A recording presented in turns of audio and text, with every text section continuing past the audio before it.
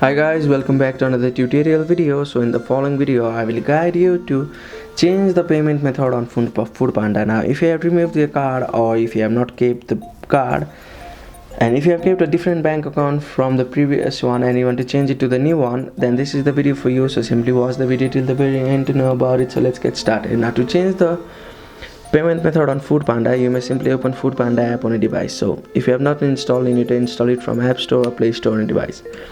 So after that, open Food Panda. So this is the home page of Food Panda, where you'll see various options on the bottom taskbar as well as the upper taskbar.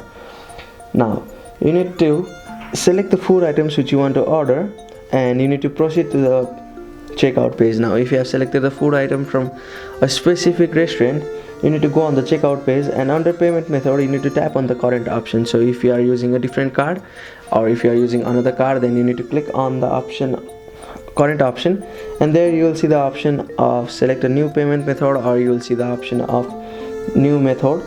So you need to click on it, and you need to choose the option like card, cash, wallet, or something like this. So if you want to add a new card, you may simply add it from there, or if you want to tip the delivery rider, or if you want to provide the delivery rider with the cash, you may click on the option of cash.